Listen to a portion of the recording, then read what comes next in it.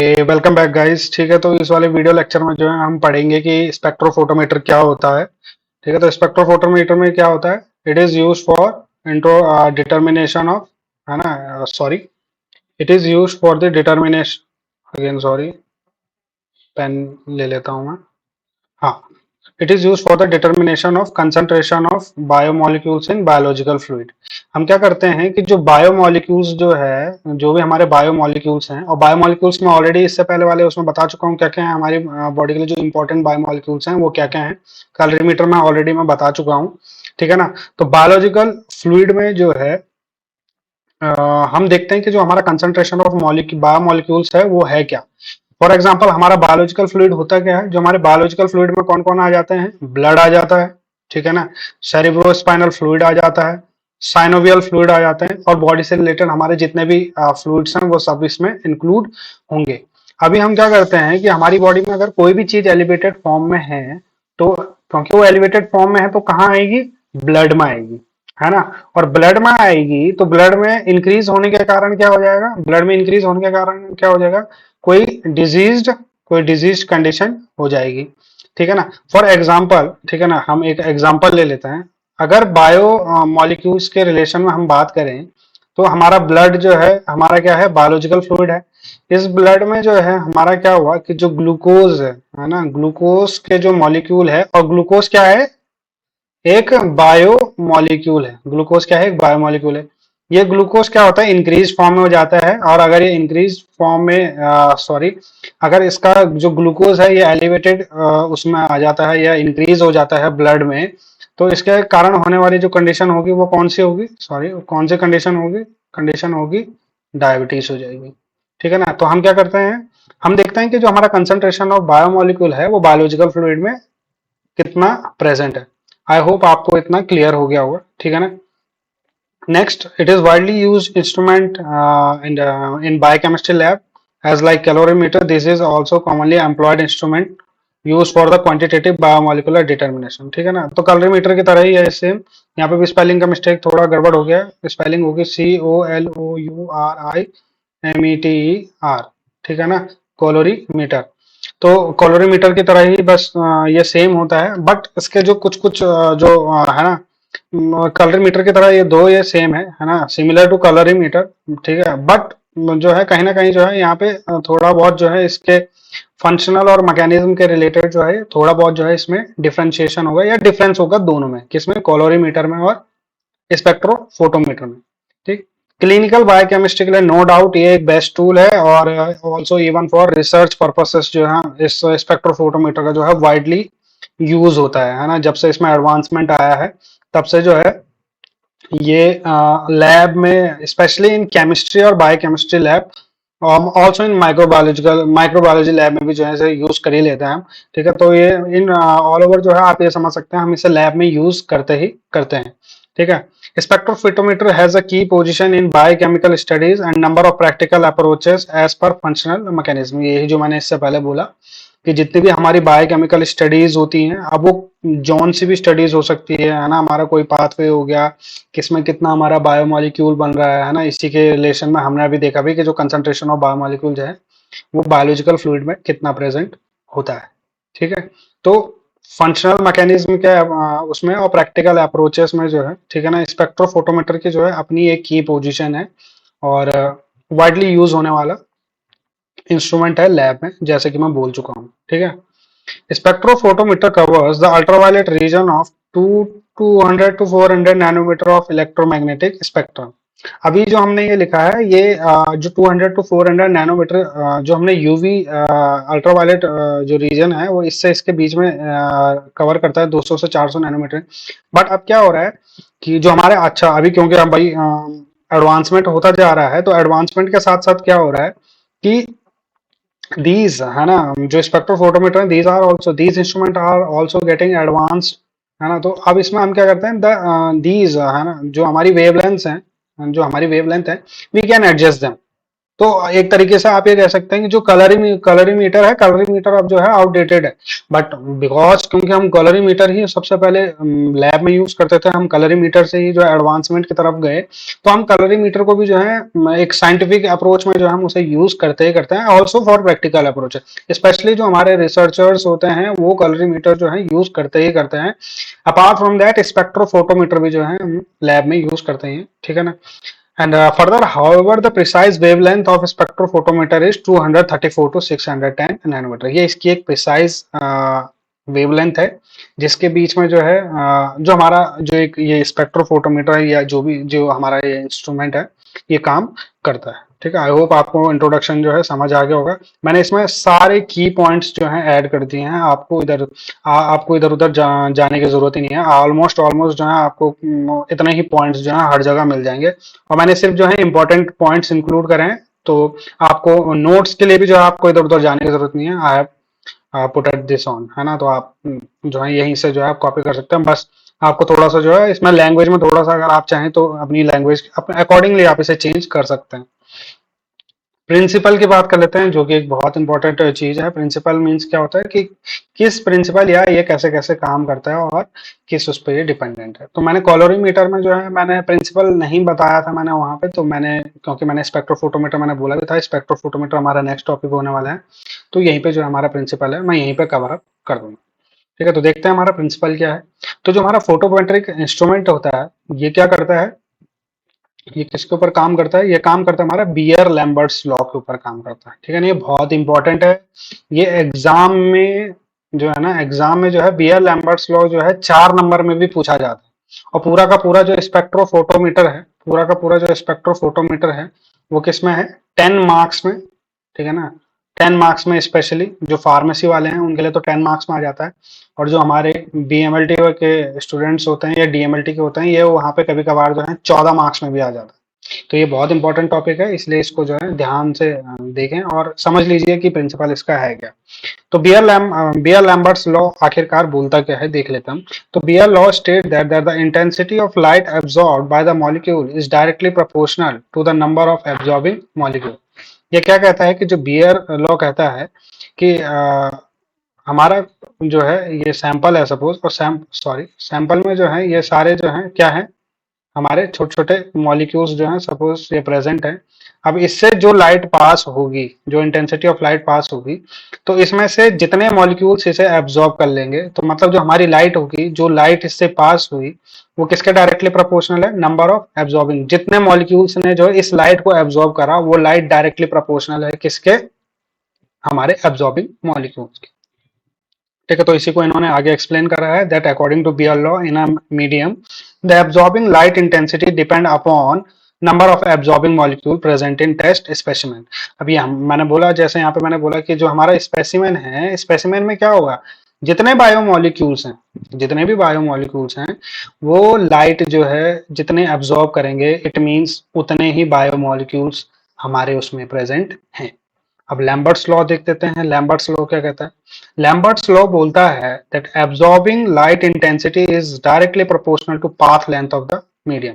Again path length हम किसे कहेंगे, है ना, पाथ लेंथ हम इसे किसे कहेंगे, जो यहां से यहां तक ये हमारा पाथ लेंथ हो गया, तो इंटेंसिटी ऑफ लाइट जो है ना, ये डायरेक्टली प्रोपोर्शनल है किसके, path length of the medium. Again इसको जो है यहीं पे इन्होंने ऐसे ही जो है एक्सप्लेन कर दिया है, सेम लाइक बियर्स लॉ, ठीक है। तो अकॉर्डिंगली, ठीक है ना, तो हेंस बियर लैम्बर्ट्स लॉ क्या बोलता है, देखो एग्जाम में जो है आपको ऐसे ही एक्सप्लेन करना है, पहले आप बियर लॉ समझाओगे, फिर लैम्बर्ट्स लॉ समझाओगे, और फिर आप बताओगे कि इन दोनों का जो है मिलके ये क्या बोलते हैं, that hence the Beer Lambert's law is as follows that the absorbing light intensity in a medium is directly proportional to the number of absorbing molecule as well as the path length of the medium.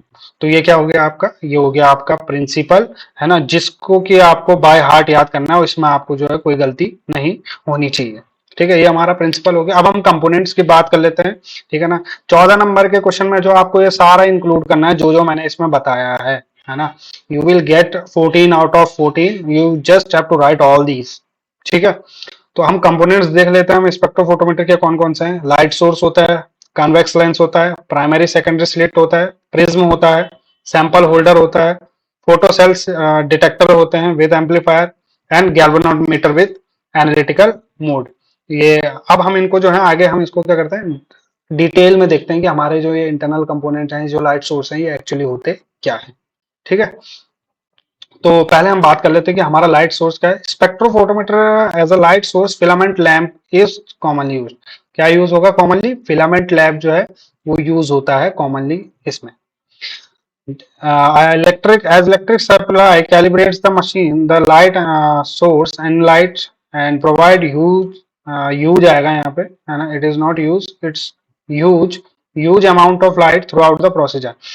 जैसे ही हम जो है हमारा instrument को open करेंगे, light on होते ही, है ना, उसमें जो है ग्रीन और रेड लाइट होता है जो बताता है कि ये ऑन है ऑफ है। ऑन ऑफ होते ही जो है पहले ये कैलिब्रेशन की तरफ जाएगा, ठीक है ना। कैलिब्रेट होने के बाद जो है जैसे ही ये लाइट जो है हमारा फिलामेंट लैंप जो है जल जाता है, तो थ्रू आउट द प्रोसीजर जो है ये जो हमारा फिलामेंट लैंप है ये इतना एफिशिएंट है कि that it can provide light through out the procedure या ऑनगोइंग प्रोसीजर। ठीक है, the light again passes through convex lens which is adjusted ahead the light source.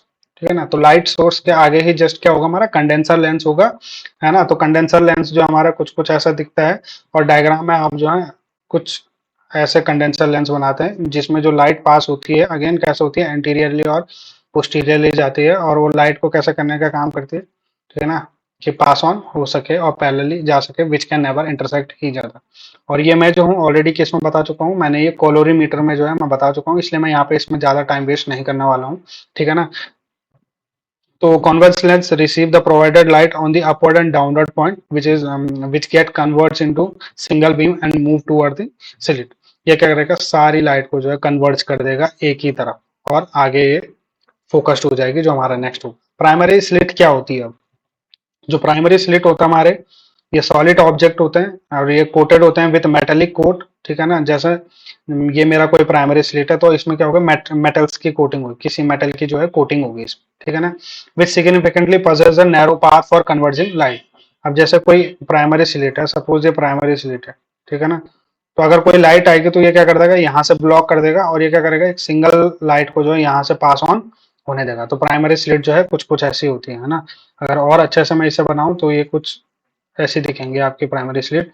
आगे जो है हमारे पास फंक्शनल डायग्राम है ही इसका, हम वहां पे देख लेंगे। ठीक, the slit transfer the undesired amount of light and as a form of single beam carry it and forward ahead to the optical device ahead of this slides. जो आगे होगा इसके है ना प्रिज्म होगा, वो वहां पे जो है यहाँ तक लाइट को लाएगा। अब प्रिज्म क्या करता है, ये एक एडिशनल डिवाइस है जो कि हम सिर्फ स्पेक्ट्रोफोटोमीटर में ही देखते हैं। इसका एक स्पेशल काम है जिसको हम देख सकते हैं। ठीक है ना, प्रिज्म क्या करता है, ये स्कैटरिंग ऑफ लाइट के लिए हेल्प करता है। ठीक है ना, अब स्कैटरिंग करने का क्या मकसद है इसमें, देखो हमारा जो विजिबल स्पेक्ट्रम है, विजिबल स्पेक्ट्रम पर सिंगल बीम जो लाइट जब आएगी तो वो क्या करेगी, जैसे ही ये बीम जो है यहाँ से पास ऑन होगी, पास ऑन होने के बाद क्या होगी कि प्रिज्म क्या करेगी, इसे स्कैटर कर देगी। स्कैटर कर देगी किसमें, साथ उसमें कर देगी, जिसको हम कहते हैं क्या, वेब ग्योर।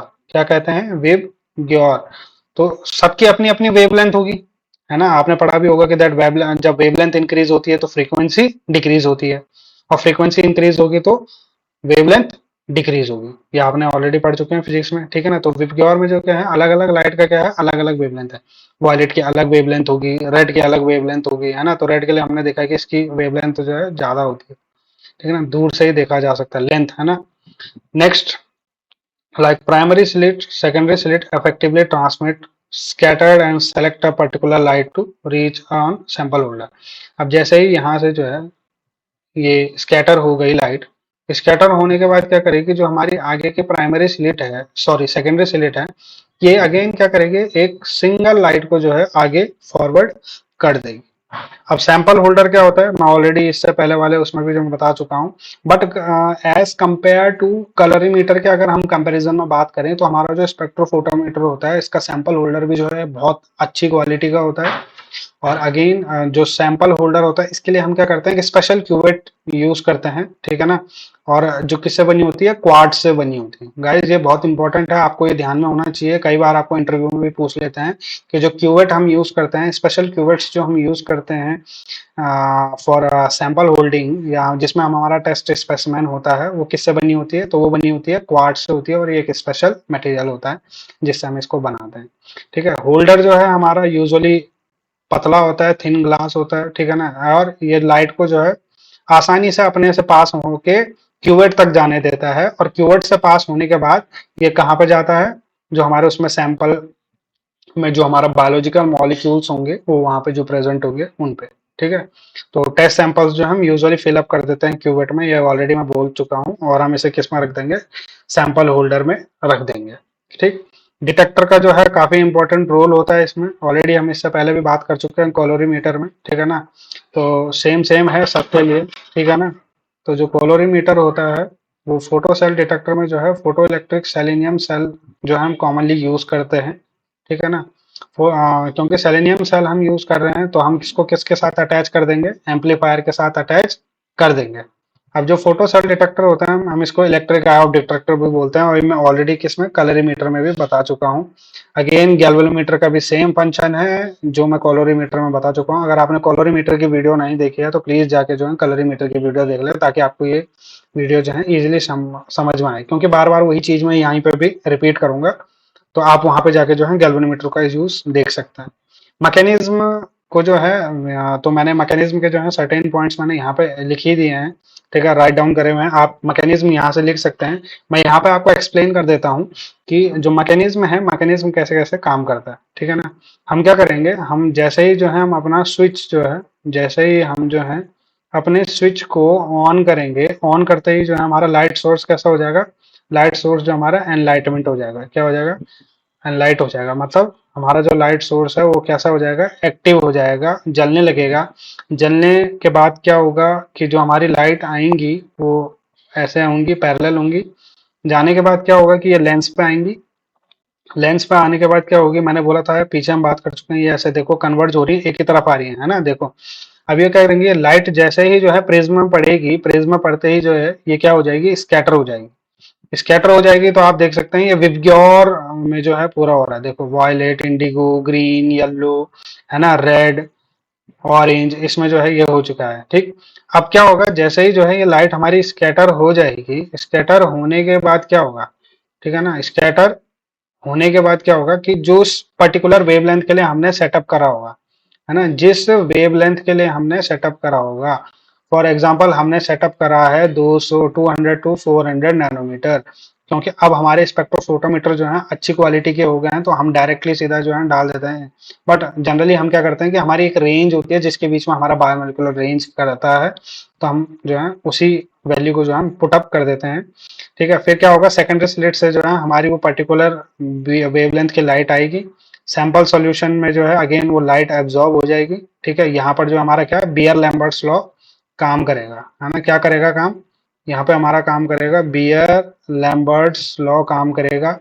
बियर लैम्बर्ट्स लॉ काम करेगा तो अब जो लाइट आएगी वो फोटो सेल जो है हमारा डिटेक्ट करेगा। डिटेक्ट करने के बाद जो है डिजिटल डिस्प्ले पे जो है आपको आपका रिजल्ट मिल जाएगा, है ना। तो पीछे भी जो है मैंने यही एक्सप्लेन करा हुआ है इसमें मैकेनिज्म में, तो इतना घबराने वाली बात नहीं है। या फिर जो मैंने अभी बोला आप उसको जो है अपनी लैंग्वेज में जो है एज सच लिख सकते हैं।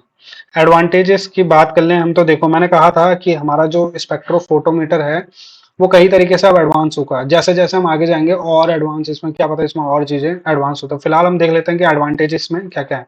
डिटर्मिनेशन ऑफ बायोलॉजिकल फ्लूइड के लिए तो होता ही होता है, ठीक है, but also for organic constituent most frequently blood के लिए जो है हम इसे यूज कर लेते हैं। ये हम कलरफुल सब्सटेंसेस के लिए भी हम जो है इसे यूज कर लेते हैं। Lab spectro also research purpose, मैंने बोला था रिसर्च पर्पस में जो है इसका बहुत ज़्यादा यूज़ है। फॉर एक्सपेरिमेंट अप्रोच में तो खासतौर बहुत ज़्यादा है। फिजिक्स केमिस्ट्री में तो बहुत ज़्यादा यूज़ होता है ये, ठीक है ना। और traditional branches of life science के तो भैया ये मतलब यूज होता है, हर लैब में आपको मिल जाएगा। और फार्मास्यूटिकल इंडस्ट्री में जो है आपको स्पेक्ट्रोफोटोमीटर जो है हर जगह मिल जाएगा। ऑल्सो फॉर फाइटोकेमिस्ट्री और प्लांट भी जो है हम स्पेक्ट्रोफोटोमीटर के थ्रू ही देख लेते हैं। ये तो इसका एडवांटेजेस हो गए। एडवांसमेंट देख लेते हैं, है ना, मैंने बात करी थी इससे पहले कि जो हमारे स्पेक्ट्रोफोटोमीटर है वो क्या हो रहा है, एडवांस हो गए। ठीक है, तो अब जो हमारे स्पेक्ट्रोफोटोमीटर है वो थोड़ा स्मॉल इन साइज है। देखो जैसे जैसे हम एडवांस होंगे, फोन जो है, फोन भी छोटा ही हुआ है, छोटे से भले ही जो आपका पहले कीपैड था थोड़ा सा चौड़ा हो गया है फोन, बट आपके पास एडवांसमेंट बहुत ज्यादा है। जैसे जैसे एडवांस है फोन छोटे होते जाएंगे, आप फ्यूचर में देख सकते हैं आप, है ना। Easy to carry and simple to operate, ठीक है ना। फंक्शनल मैकेनिज्म, है ना, जो अमाउंट ऑफ लाइट है उसके लिए भी जो हम इसे यूज कर लेते हैं। ठीक है, अब जो सैंपल होल्डर है हमारा, जो सैंपल होल्डर में जो हम क्यूवेट यूज करते हैं, जो क्यूवेट है ये जो है क्वार्ट्स का बना हुआ है। मैंने इससे पहले भी कहा था कि जो क्यूवेट है वो क्वार्ट्स का बना हुआ रहता है, ठीक है ना। तो ये फेयरली परमेबल होता है किसके लिए, light sensitive and much expensive rather than glass cuvette. ये ग्लास क्यूबेट से मैं बता दूं, क्योंकि क्वार्ट्स से बना हुआ है तो ये क्या होगा, ग्लास क्यूबेट से महंगा होता है। क्योंकि ग्लास क्यूबेट से महंगा है तो इसकी क्वालिटी अच्छी है, तो हम क्या करते हैं, इसे क्वालिटी जो है इसकी अच्छी रहती है, इसलिए हम इसे यूज करते हैं। जो ऑप्टिकल डिवाइस हम यूज करते हैं, ठीक है ना।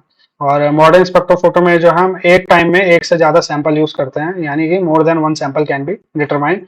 फर्दर जो हमारे स्पेक्ट्रोफोटोमीटर है, हम उसको में जो है आजकल का जो हमारा है उसमें जो हमारा प्रिंट आउट फैसिलिटी भी है और हम डाटा को सेव कर सकते हैं, ठीक है ना। डाटा को सेव कर सकते हैं हम उसमें, ठीक है। तो ये हमारे लिए जो है काफी इंपॉर्टेंट है ये भी, ठीक है ना। और आप जो है कभी कभार क्या होता है, हमारा डाटा लॉस हो गया तो हम उसमें देख सकते हैं, चेकआउट कर सकते हैं, ठीक है। और हमारे जो ग्राफ हैं, आपका जो हमारा स्पेक्ट्रोफोटोमीटर है उसमें तो ग्राफ जो है हमें इजीली उसी में ही दिख जाता है, ठीक है ना। तो okay, thank you for watching the video, है ना। आई होप आपको स्पेक्ट्रोफोटोमीटर जो है समझ आया होगा, है ना। और जो है आई होप, और इसको ज़्यादा से ज़्यादा जो है आप क्या करें, शेयर करें, लाइक करें, है ना। और कुछ चीज़ समझ में आए तो आप कमेंट कर सकते हैं, मैं उसको दोबारा से जो हूँ एक्सप्लेन कर दूंगा नेक्स्ट वीडियो करके, शॉर्ट वीडियो बना के, है ना। तो थैंक यू सो मच।